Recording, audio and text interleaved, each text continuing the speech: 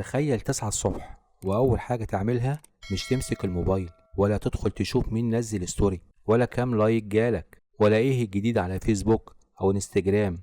في الأول الموضوع هيبان غريب، لكن بعد شوية ممكن تكتشف إنك كنت عايش على وضع التيار الآلي.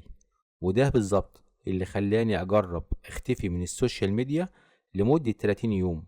واللي حصل بعدها غير حاجات كتير كنت فاكر إنها مستحيل تتغير. أول يومين كانوا الأصعب، كل شوية ألاقي نفسي ماسك الموبايل من غير سبب، أفتحه وافتكر إن مفيش أي تطبيق سوشيال موجود أصلا. ساعتها فهمت إن المشكلة مش في التطبيقات، المشكلة إن المخ اتعود يطلبها.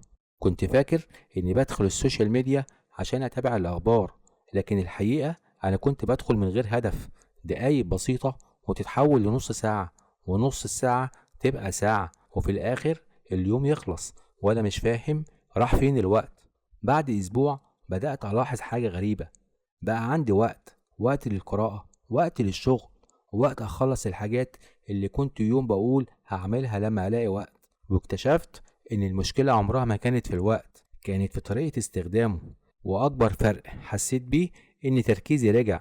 لما أقعد أشتغل بكمل شغل كتير من غير ما أقوم كل 5 دقايق أبص على الموبايل. المخ بقى أهدى والتشتيت قل بشكل واضح. ومن أكتر الحاجات اللي اختفت إني بطلت أقارن نفسي بالناس. كل واحد بينزل أحسن لحظة في حياته وإنت بتقارنها بيومك العادي، وده ظلم ليك لأنك مش بتشوف الصورة كاملة. كنت فاكر لو اختفيت شوية الدنيا هتنساني، لكن الحقيقة ولا حاجة حصلت. الشغل كمل، والناس اللي محتاجة توصل لي وصلت، والحياة ماشية عادي جدا. بعد 30 يوم ما بقتش بكره السوشيال ميديا، لكن بقيت أعرف إمتى أستخدمها وإمتى أقفلها. لأن المشكلة مش في التطبيقات، المشكلة لما هي اللي تبقى بتتحكم في وقتك. في النهاية جرب تبعد عنها يوم واحد بس، وبعدين 3، وبعدين أسبوع، وشوف بنفسك إيه اللي هيتغير.